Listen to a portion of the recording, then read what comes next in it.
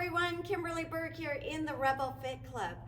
I bet if I ask you to list the things that most threaten your life, you probably wouldn't include sitting.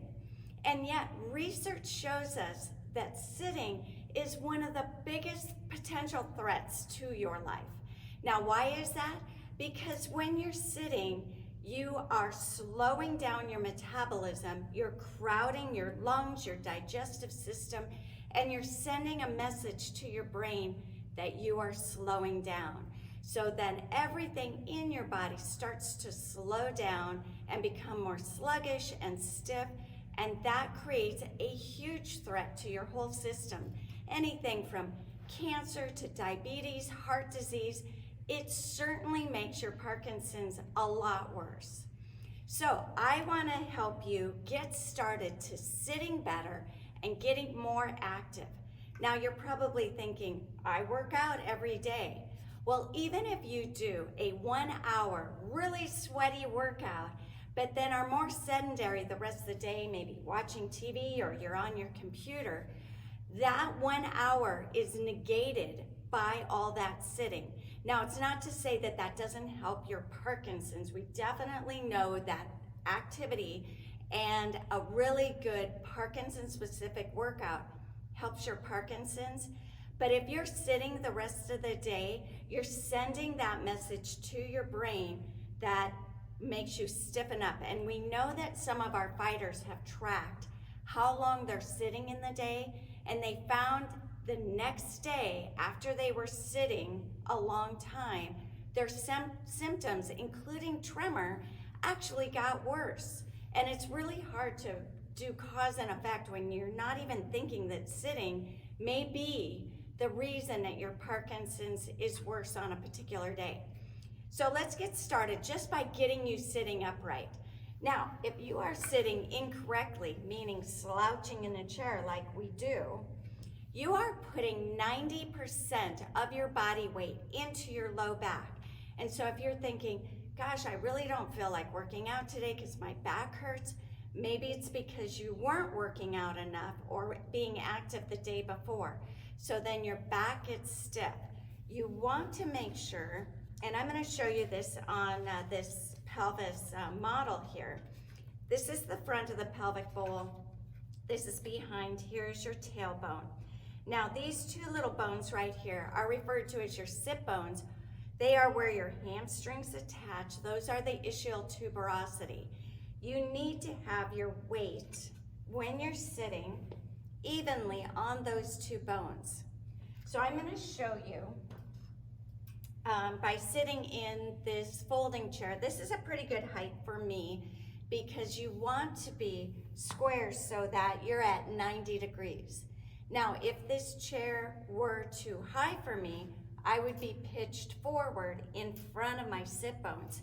If the chair is too short for me, I will be back in this position. The same thing happens if you slouch. So this is how a lot of people either sit on their computer or they're sitting, especially if you're in an upholstered chair, you're gonna sink into that chair, right? So that's why I always recommend a straight back chair. So if you're sitting like this, you're actually behind your sit bones. So I'm more rocked onto my tailbone.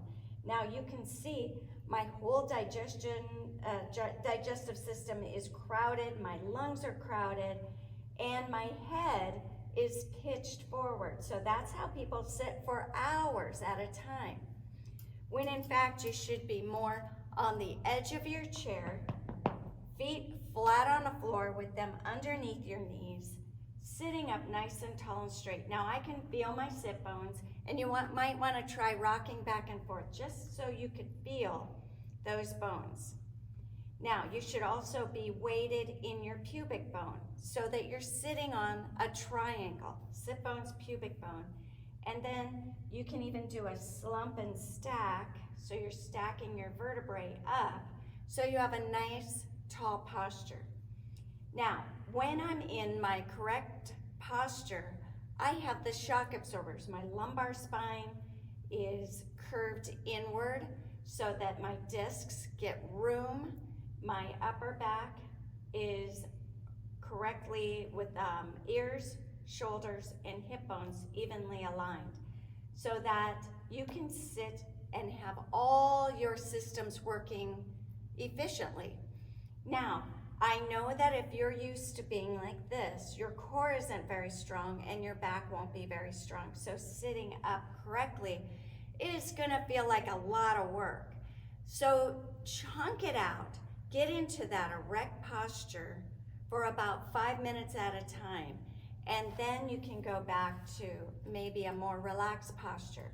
Set a timer every 30 minutes. Get into a better posture where you're lined up, ear, shoulder, hip, and you feel those sit bones, and just sit there and breathe and feel what that feels like to have your core activated, your heart and lungs open, and just set that timer.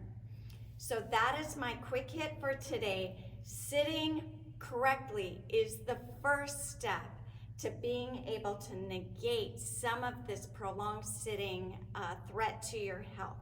We're going to be talking more about how to get more active throughout your day. Your Parkinson's symptoms will be better if you're more active throughout the day.